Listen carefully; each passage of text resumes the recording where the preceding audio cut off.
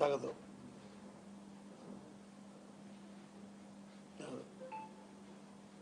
ఎవరున్నప్పటికీ చంద్రబాబు నాయుడు గారు అసలు ఏంటి ఏం చేద్దాం అనుకుంటున్నాం ఈ రాష్ట్రాన్ని?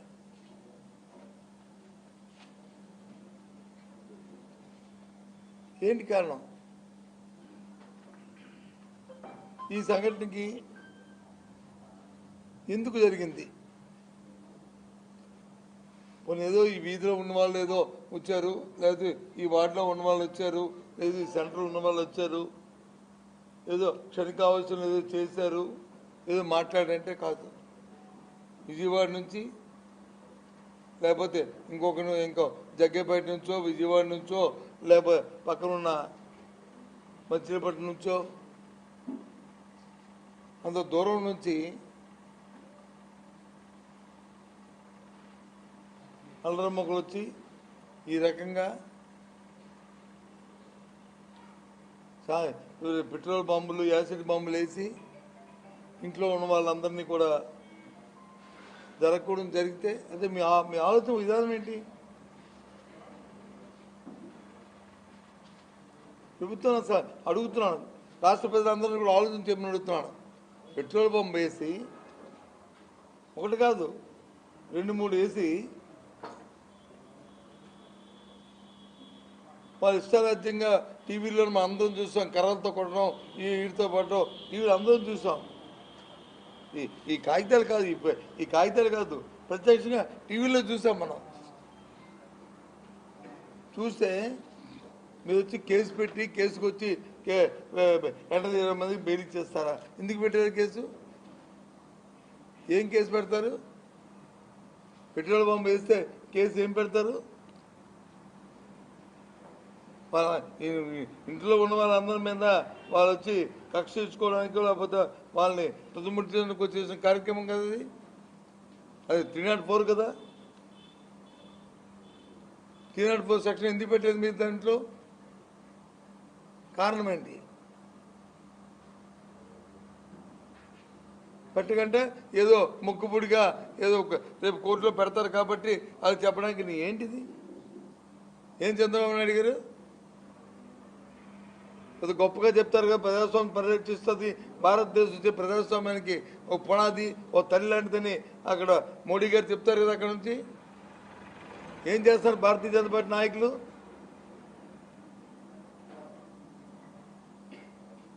పెద్ద పెద్ద కబుర్లు చెప్తారు కదా డిప్యూటీ సీఎం.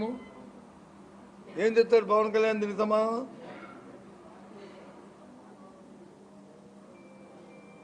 చాలా తప్పు. ఇవన్నీ క్షమించడానికి సందర్భం సమయం దానికి ఎందుకోసమో దేనికోసమో జరిగిందంటే ఏం లేదు, తలలేదు తొక్కలేదు. ఎందుకు మా జోగి ఇంటి మీద వచ్చి ఈ మొట్టమొదటి దాడి జరిగింది? ఎందుకోసం పెట్రోల్ బాంబులు వేశారు? విజయవాడ నుంచి ఆవశ్యకత ఏమొచ్చింది అని అంటే దానికి సమాధానం ఏదో ఆయన వచ్చి ముందు రోజు వచ్చి ఎవరన్నా మంత్రిని వచ్చి నీ చిప్పు పోయిందని అంటే ఎస్, నేను తప్ప మాట. బుర్రపాడైపోతే కదా ఎవరైనా వస్తాయి. ఇంకెందుకైనా కోల్పోతే కదా ఇలాంటి కార్యక్రమాలు వస్తాయి. ఆ జ్ఞానం ఏముంటే ఎందుకు జరుగుతాయి ఇవి?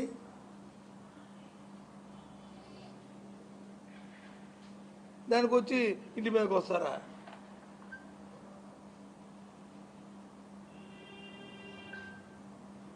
ఏంటిది? ఎంతవరకైనా సరే దీనికోసం పోరాటం చేస్తాం.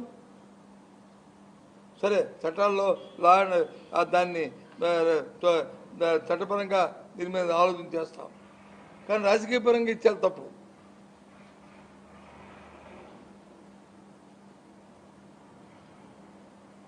ఒకటి కాదు, 2 కాదు. ముందు రోజు వచ్చి గుంటూరులో రాంబాబు మీద, మర్నాడు వచ్చి రమేష్ మీద, ఇంటి మీద. అంటే ఎవరు మరి రాజకీయ పార్టీ అంటే మీ పార్టీ మీ తప్ప ఎవరు బతకూడదు, ఎవరు ఉండకూడదా? ఏమనుకుంటున్నారు?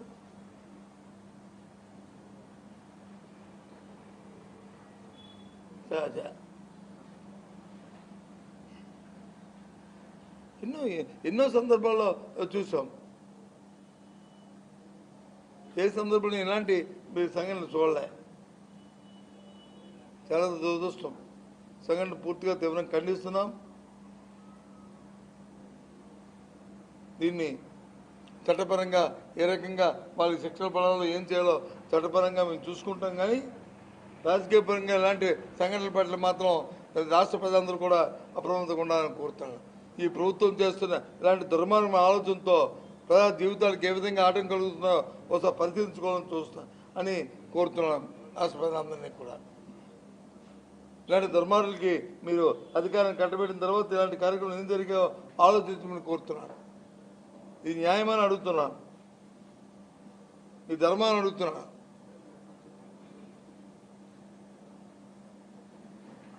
ఇంకో పైపెచ్చు కొన్ని పొడవు చూస్తుంటే ఎవరైతే దాడి చేయడానికి వస్తున్న గోండాలు ఉన్నారో వాళ్ళు పోలీసు కలిసి వస్తున్నారు. పోలీసు వచ్చి గోండాలతో కలిసి రావడం ఏంటండి? పోలీసులు గుండా కలిసి రావడం ఏంటి? ఇది ఎక్కడ చూడలే. వాళ్ళు వస్తున్నప్పుడు ఆ యూనిఫామ్ వేసుకొని వెంటనే అటు నుంచి ఆ యూనిఫామ్ వస్తూ అటు నుంచి తిరిగి మీరు వెళ్ళడానికి వీళ్ళేం చేయట్టు పెట్టాలి. అది పోలీస్ అంటే, పోలీస్ వ్యవస్థ అంటే, పోలీసింగ్ అంటే అది. తిరిగి కాకుండా వాళ్ళు వీళ్ళు కలిపి పరిగెట్టి జోరుగా నడుచుకొని వస్తున్నారు. దేనికోసం